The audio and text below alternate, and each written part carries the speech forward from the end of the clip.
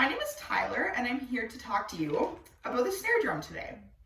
So this actually isn't a real snare drum. It's a practice pad. It's a device used by percussionists to practice. It's an imitation drum more than anything. The main part that you use to produce a sound on the snare drum is the drum head, like this. Now, to produce this sound, you use drumsticks. Now, other materials are possible, such as brushes, but today we'll just be using drumsticks. A couple of things on technique. You'll want to note how I'm gripping the drumsticks. I just have my hands nicely wrapped around them, and I also have my thumbs actually on the sticks. They're not hanging around, they're not attached to other fingers or parts of my hand, they're just nicely resting on the stick or sticks. And this is important actually later when we're doing extended techniques. You'll need those thumbs to actually be doing things to create certain sounds. Nevertheless, you'll also want to make sure that you're beating the snare drum just off the center, like this. This is just going to make sure you produce the best sound possible. Now, another important thing is you want to make sure that your hands are playing at the same volume or musical tone, if you will. Or in other words, the listener should not be able to tell the difference between your hands. So maybe something like this. You notice how there's no difference between my hands, and that's very important for playing a snare drum. One final piece of technique is that you want to make sure that your hands are resting at the same height. So we don't want, like this. We just want them to be at the same height, and this just helps you produce a consistent sound.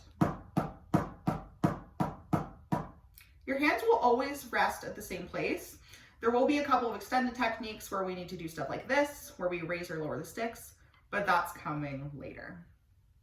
Okay, now when playing the snare drum, you want to make sure that you're alternating your sticks or hands. Now, what do I mean about this?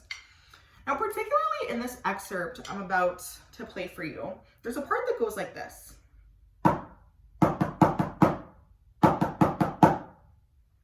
Sounds pretty good. I think you'd agree that it would sound kind of silly and look kind of silly if I played it like this.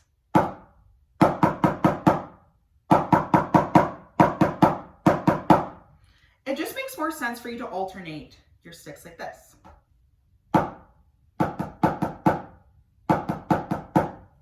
Hey, sounds pretty good.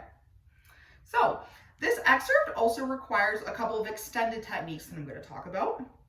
One of those is called a flam.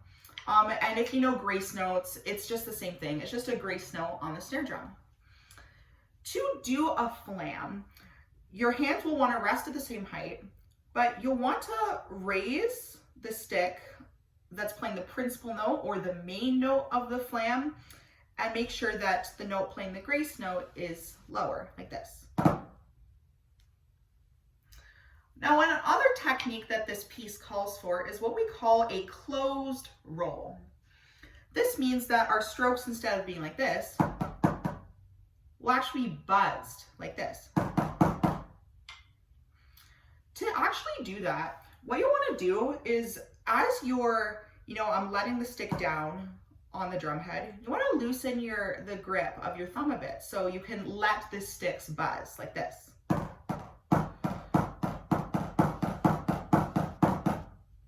Specifically in this piece, we're using a 16th note based roll, which means if we have a quarter note, we would play 4 16th notes or 4 buzzes like this.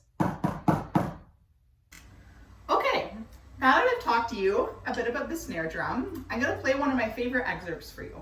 I hope you enjoy it. 1, 2, 1.